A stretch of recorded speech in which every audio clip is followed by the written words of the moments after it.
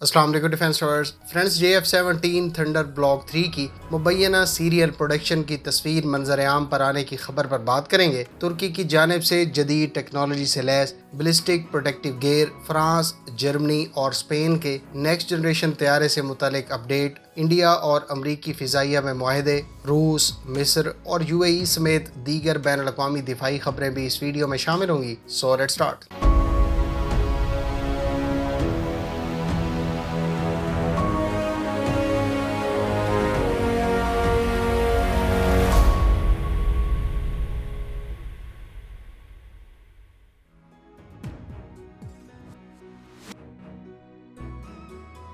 JF-17 thunder block 3 की serial production की एक मुबैना तस्वीर मंजर आम पर आई है, जिससे किसी हद तक अंदाज़ा लगाया जा सकता है कि थंडर ब्लॉक 3 की सीरियल प्रोडक्शन फुल स्विंग में है और मुमकिन तौर पर इस साल के आखिर तक चंद यूनिट्स मंजर आम पर आने के इम्कानात हैं। इस तस्वीर को पाकिस्तानी इलेक्ट्रॉनिक मीडिया से मुंसलिक एक सहाफ़ी ने शेयर किया है, जो इस बात की तरफ इशारा है कि 6 सितंबर को यौम फ़िज़ाइया पर पाकिस्तान एरोनॉटिकल कॉम्प्लेक्स कामरा से मुतालिक एक डॉक्यूमेंट्री रिलीज की जाएगी और इसमें खास तौर पर JF-17 थंडर ब्लॉक 3 से मुतालिक कुछ मालूमात शेयर की जाएंगी। आपकी इस बारे में क्या राय है? कमेंट बॉक्स में इसका इजहार ज़रूर करें।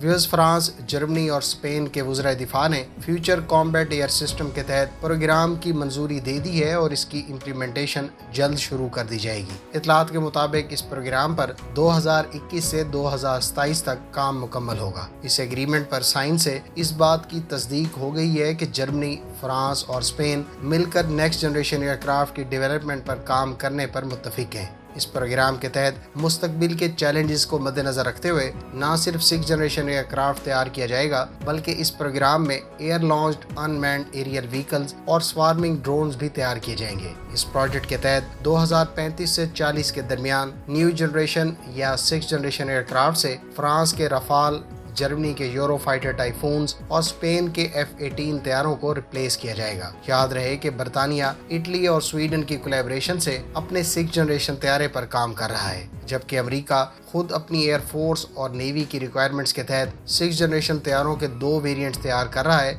जिसके बारे में इम्कान है कि ये 2028 से 30 के दरमियान सर्विस में शामिल कर दिए जाएंगे।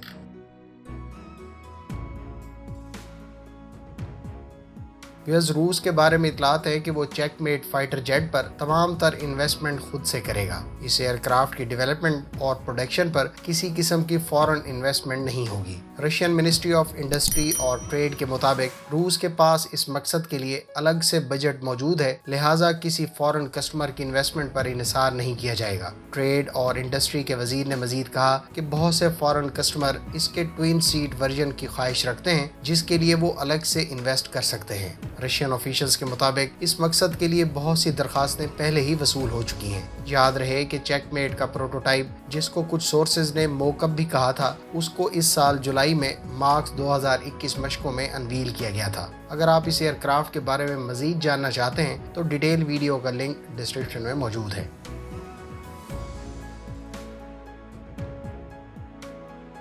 तुर्क कंपनियां ग्राउंड में मौजूद ट्रूप्स की रिक्वायरमेंट्स और डिमांड्स के पेश नज़र कई तरह के वेपन्स और सिस्टम्स तैयार कर रही हैं। तुर्की की कंपनी नेरोल टेक्नोलॉजीज ने पर्सनल, बंकर्स और व्हीकल्स की प्रोटेक्शन के लिए नए मॉड्यूलर बैलिस्टिक प्रोटेक्शन इक्विपमेंट्स मुतारिफ करवाए हैं, जो वजन में हल्के लेकिन प्रोटेक्शन में बेहतर हैं। कंपनी के मुताबिक इसने advance technical ballistic material develop किया है, जिसकी मदद से कई तरह के बैलिस्टिक प्रोटेक्टिव इक्विपमेंट्स तैयार किए गए हैं। इनको पर्सनल, व्हीकल्स और स्ट्रक्चर्स की प्रोटेक्शन के लिए इस्तेमाल किया जा सकता है। इसमें से अगर शील्ड कैरियर सिस्टम की बात करें तो ये आर्मर पियर्सिंग एम्यूनिशन से प्रोटेक्शन देता है और इसका वजन सिर्फ 26 किलोग्राम है। ऑफिशियल्स के मुताबिक आमतौर पर 26 किलोग्राम बैलिस्टिक शील्ड कैरी करना और सीढ़ियों पर मूव करना ट्रूप्स के लिए मुश्किल होता है, लेकिन कंपनी के तैयार करदा शील्ड कैरियर सिस्टम की बदौलत ट्रूप्स आसानी से मूव करने के साथ साथ इससे बेहतर प्रोटेक्शन हासिल करते हैं।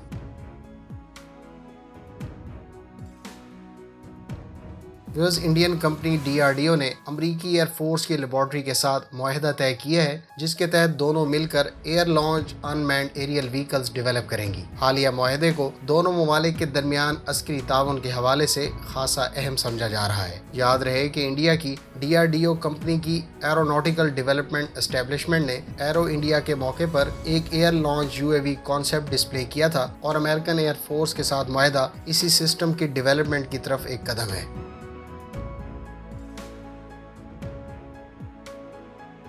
امریکی ایئر فورس نے اپنے F-15E طیارے سے ایک modified joint direct attack munition GBU-31 سے سمندر میں موجود اسٹیٹک اور موونگ ٹارگٹس کو نشانہ بنایا۔ حکام کے مطابق اس تجربے کا مقصد ایئر ڈیلیورڈ منیشن کو نئے طریقہ کار کے تحت شپس کے خلاف استعمال کرنا تھا۔ اس سے میری ٹائم اہداف کو نشانہ بنانے کے پیراڈائم کو شفٹ کرنے میں مدد ملے گی۔ اس سے پہلے اس طرح کا ایک تجربہ B-52 بمبار طیارے سے بھی کیا گیا تھا۔ یعنی آپ یہ کہہ سکتے ہیں کہ پہلے گراؤنڈ پر موجود اہداف کو نشانہ بنانے والے ویپن سے اب میری ٹائم اہداف کو بھی نشانہ بنایا جا سکے گا اور اس کی افادیت بھی زیادہ بتائی گئی ہے۔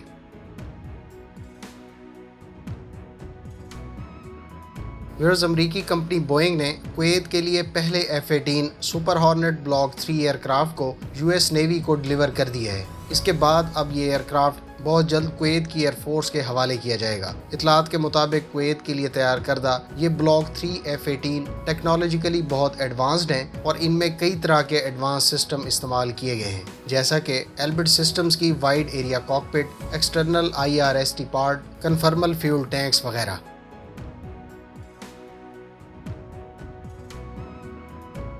مصر اور متحدہ عرب امارات کی نیول فورسز کے درمیان مشترکہ مشقوں زائد 3 کا آغاز ہو گیا ہے۔ دونوں ممالک کی نیول فورسز اپنے پرسنل کے علاوہ مختلف وارشپس کے ساتھ ان مشقوں میں شرکت کر رہی ہیں۔ یہ مشقیں 10 دن تک جاری رہیں گی۔ سعودی عرب اور UAE کے درمیان کشیدگی کو لے کر ان مشقوں کو مستقبل کی صف بندیوں کے تناظر میں خاصی اہمیت حاصل ہے۔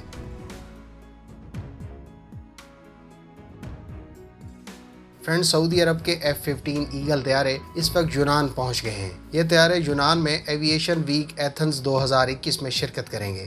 رائل سعودی ایئر فورس اپنے سعودی ہاکس اور ٹورنیڈو طیاروں کے علاوہ F-15 ایگل طیاروں کے ساتھ اس ایئر شو میں شرکت کرے گی۔